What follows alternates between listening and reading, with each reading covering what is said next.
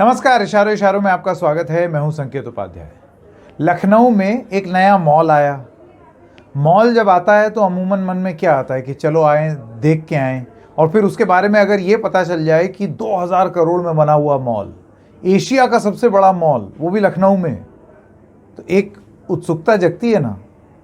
अच्छा, लखनऊ के लिए वो विकास का प्रतीक है और इसी वजह से योगी आदित्यनाथ, जिनके शासनकाल में ये आया, वो वहाँ उसके उद्घाटन के लिए भी पहुँचे। प्रधानमंत्री ने भी इस निवेश में बहुत निवेश किया है, मानसिक रूप से निवेश किया है। वो भी दिखे हैं जगह जगह। जब ये मॉल आएगा तो उसकी जब वो प्रेजेंटेशन हो रही थी उसमें प्रधानमंत्री भी दिखे। इस मॉल का नाम है लुलु मॉल और लुलु पर तूतू और मैमै हो रही है। अब देखिए, ये मॉल बहुत प्रसिद्ध है और ये मॉल दुनिया के कई देशों में 190 ब्रांच हैं इनकी दुनिया भर में। करीब 22 देशों में फैला हुआ ये एक कॉरपोरेट हाउस है लुलु समुदाय। एक भारतीय हैं यूसुफ अली, जो कि केरल के थे। सन 73 में आबू धाबी गए, वहाँ जाकर उन्होंने ये बिज़नेस सेटअप किया और बिज़नेस फला फूला और वो बहुत ही लोकप्रिय। मतलब लुलु मॉल के जो स्टोर्स हैं उनकी लोकप्रियता का हाल ये है और आलम ये है कि केरल में रात में सेल लगी तो एकदम आप ये समझिए कि भगदड़ की सी स्थिति हो गई।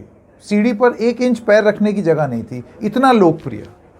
तो जाहिर सी बात है, एक उम्मीद ये जताई जा रही थी कि जब लखनऊ में होगा तो लखनऊ में भी इसी तरीके से देखने को मिलेगा। अच्छा, दूसरी चीज़, ये जो ग्रुप है, मैं बैकग्राउंड आपको इसलिए बता रहा हूँ ताकि आपको एक पर्सपेक्टिव मिले। ये जो ग्रुप है, इसके बारे में जब और छानबीन की, रिसर्च किया, तो ये पता चला कि ये जितना भी सामान बनाते हैं, खुद भी सामान बनाते हैं, उसका अधिकांश सामान भारत से सोर्स किया जाता है। यानी कि न केवल ये सामान बेच रहा है, ये सामान भारत से खरीद भी रहा है। मॉल बनने के बाद जब निवेश होगा और उसके बाद वहाँ पर जो रोज़गार जनरेट होगा, वो सारी चीज़ें वो भारत को ही मिल रही हैं। ये तो हो गया बैकग्राउंड। लेकिन लुलु के तूतू मैमै की स्थिति, लखनऊ आकर के उसका क्या हाल हुआ वो हमने देख ही लिया। पूरे विश्व भर में फैला हुआ साम्राज्य, कॉरपोरेट हाउस, कहीं कोई दिक्कत नहीं हुई। लखनऊ आते ही नमाज, हनुमान चालीसा, धरना प्रदर्शन, हिंदू मुसलमान मॉल में शुरू हो गया। लव जिहाद, मॉल के लोग मुसलमान भरे जा रहे हैं। मतलब कहीं दुनिया भर में लुलु मॉल समुदाय को ये बताने की ज़रूरत महसूस नहीं हुई कि हमारे 80% स्टाफ जो हैं वो हिंदू हैं और 20% और समुदाय से हैं। ये ज़रूरत क्यों महसूस हो रही है उत्तर प्रदेश में? अब देखिए, यूपी की सरकार जो है वो भी उनके लिए भी ये एम्बैरेसिंग है। एम्बैरेसिंग क्यों है भाई? आप निवेश आपके राज्य में आया, आप उसको ग्रैंड सक्सेस स्टोरी की तरह प्रस्तुत करना चाहते हैं और उसके बाद ये हिंदू मुसलमान शुरू हो जाता है। तो राजनीतिक प्रयोग कुछ भी हो, लेकिन जब वो व्यवसाय पर चोट पहुंचाने लगेगा, जब इस तरीके से बवाल होगा, निवेश पर चोट होगी, आप सोचिए सेंटिमेंट कैसा बनेगा। लुलु मॉल तो आ गया, फिर और लोग आएंगे। तकलीफ किसको होगी? उत्तर प्रदेश को ही, या वहां की सरकार की बेइज्जती होगी। इसी वजह से आज योगी आदित्यनाथ ने वो जितने लोग जो पूरा बवाल काट रहे थे, सड़कों पर उतर आए और हनुमान चालीसा पढ़ने लगे, और वो लोग भी जो पहले एकदम शुरुआत में नमाज पढ़े और जिनके बारे में अब ये पता चल रहा है कि गलत नमाज पढ़ रहे थे, गलत दिशा में नमाज पढ़ रहे थे। जितनी देर तक नमाज पढ़ी जाती है उतनी देर उन्होंने पढ़ी भी नहीं। यानी कि एक षड्यंत्र की तरफ भी इशारा किया जा रहा है प्रशासन द्वारा कि कौन है जो एकदम से मॉल में गलत नमाज पढ़ने के लिए आमादा थे। नवदीप सूरी जो एम्बेसडर हैं वो आबू धाबी में रह भी चुके हैं और उनका ये कहना है कि जो उन्होंने छानबीन की या जो पता लगाया उसमें ये था कि सीसीटीवी फुटेज में दिख रहा है कि ये लोग जो नमाज किए वो पहले ग्राउंड फ्लोर पे गए, फिर फर्स्ट फ्लोर पे गए, फिर सेकंड फ्लोर में जाकर के, नीचे के फ्लोर में उनको मौका नहीं मिल पाया, फिर ऊपर जाकर के वो नमाज करके आए और वो भी एकदम थोड़ी देर के लिए, जो नमाज इस तरीके से की नहीं जाती। तो कौन है ये लोग? और उसके बाद फिर एक चेन रिएक्शन हो गया। वो चेन रिएक्शन आज भी हो रहा है। अयोध्या के कोई बाबा जी हैं जो एकदम बेतुके बयान देते हैं, बवालिया बाबा, वो अब वहाँ पहुँच गए। उन्होंने कहा मैं तो शुद्धिकरण करूँगा मॉल का, फिर पुलिस ने उनको धर लिया। तो आप सोचिए कि 2000 करोड़ में बना हुआ एशिया का सबसे बड़ा मॉल, उसकी पहचान हफ्ते भर में यही है, नमाज, हनुमान चालीसा, इन सब चीज़ों में कुछ गलत नहीं है, लेकिन वो व्यवसाय का केंद्र है। वहां शुद्धिकरण करने नहीं आप पहुंच सकते।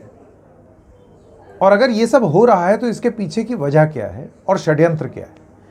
राजनीतिक रूप से ये आरोप लगाया जा रहा है कि ये बीजेपी के या सरकार के ही नफरती प्रयोग हैं, जिनके परिणाम हैं कि आज की डेट में लोग ये समझते हैं कि कुछ अगर षड्यंत्र करना है या कुछ भी अगर करना है तो उसमें हिंदू मुसलमान डाल दो। एकदम रेडीमेड रामबाण इलाज है किसी भी समस्या का, हिंदू मुसलमान कर दो, पूरी कॉन्वर्जेशन जो है वो घूम के उस तरफ चली जाएगी। वही हो भी रहा है, अब निवेश की कोई बात ही नहीं कर रहा है। लेकिन आप सोचिए जो इन्वेस्ट करेगा उत्तर प्रदेश में, ऐसे ही कौन सा बड़ा हम लोग उत्तर प्रदेश के लोग जो हैं वो इन्वेस्टमेंट से हमारा गला तर रहता है कि इतना निवेश हो रहा है कि बाप रे बाप हम लोग रईस हुए चले जा रहे हैं। ऐसी तो स्थिति नहीं है यूपी में। यदा कदा अगर कोई आए भी और उसको अगर हम नमाज और चालीसा में उलझा दें तो फिर कौन आएगा? इस वजह से क्या ज़रूरी नहीं हो जाता है उत्तर प्रदेश की सरकार के लिए ये सुनिश्चित करना कि अगर ये षड्यंत्र था, अगर लोग गलत तरीके से नमाज पढ़ रहे थे और उसके बाद जो बवाल हुआ हनुमान चालीसा का और सड़क पर कोहराम हुआ और आज ये जो बाबा पहुंच गए हैं, ये किस षड्यंत्र के तहत हो रहा है? कौन कर रहा है?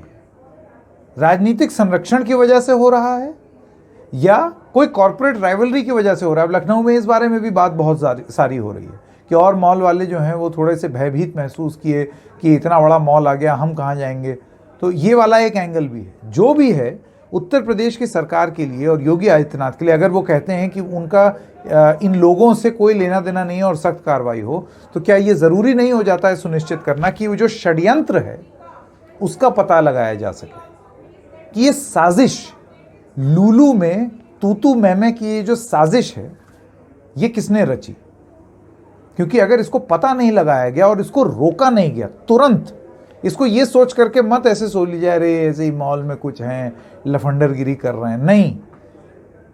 इसका जो परिणाम है वो निवेश पर पड़ेगा, उत्तर प्रदेश की आर्थिक स्वास्थ्य पर पड़ेगा। तो ये बहुत बड़ा मुद्दा है और इसीलिए बहुत ज़रूरी हो जाता है ये पता करना कि इसके पीछे कौन लोग थे। और अगर नहीं पता किया तो फिर उत्तर प्रदेश फिर वैसे ही रहेगा। कौन निवेश करेगा यहाँ पर आके? इस बारे में सोचिएगा ज़रूर। उन असली लोगों का पता कराना ज़रूरी है जिनको ये महसूस हुआ कि वो ये सब करके निकल ले जाएंगे।